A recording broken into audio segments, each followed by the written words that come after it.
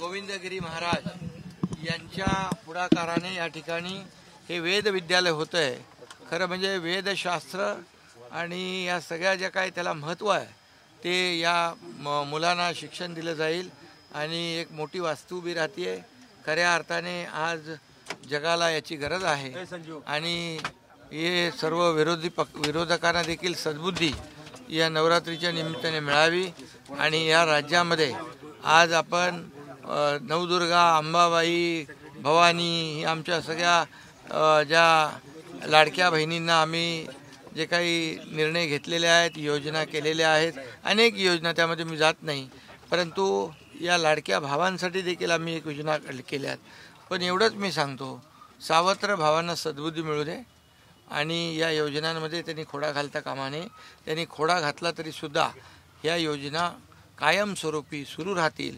या योजना किती बंद पाडण्याचा प्रयत्न केला, कोर्टामध्ये काही लोक गेले, आणखी काही लोक कोर्टात गेलेत, कोर्टाने चपराक दिली आहे, परंतु या योजना निवडणुकांसाठी आम्ही केलेल्या नाहीत।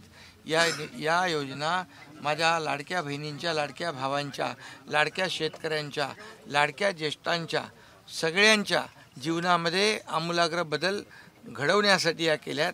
म्हणून आई जगदंबा, या नवदुर्गा, या आजच्या नवरात्रीच्या निमित्ताने हा जो काय गजर होतोय, या सगळ्यांच्या आशीर्वादाने या योजना आम्ही सुरू केल्यात आणि म्हणून येणाऱ्या ज्या आता पुढे निवडणुका आहेत यामध्ये केलेला विकास, आणलेले उद्योग आणि केलेल्या सुरू कल्याणकारी योजना याची पोचपावती या ठिकाणी आमच्या लाडक्या बहिणी, लाडके भाऊ, लाडके शेतकरी, लाडकी ज्येष्ठ जनता, सर्व जनता दिल्याशिवाय राहणार नाही आणि महायुतीच पुन्हा त्यांना पाहिजे हे त्यांनी देखील आपल्या मनोगतातून व्यक्त केलेलं आहे। सर, विरोधकांनी आपल्याबद्दल मोठं प्लॅनिंग केलंय आगामी निवडणुकांसंदर्भात, कशी रणनीती असणार आहे?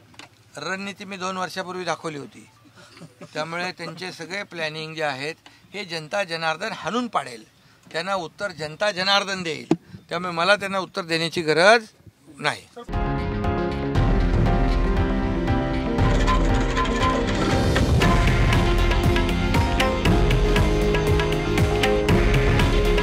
हे आहे देशातील नंबर 1 न्यूज नेटवर्क आणि आपण पाहत आहात TV9 मराठी। काळजी तुमची, हित महाराष्ट्राचं।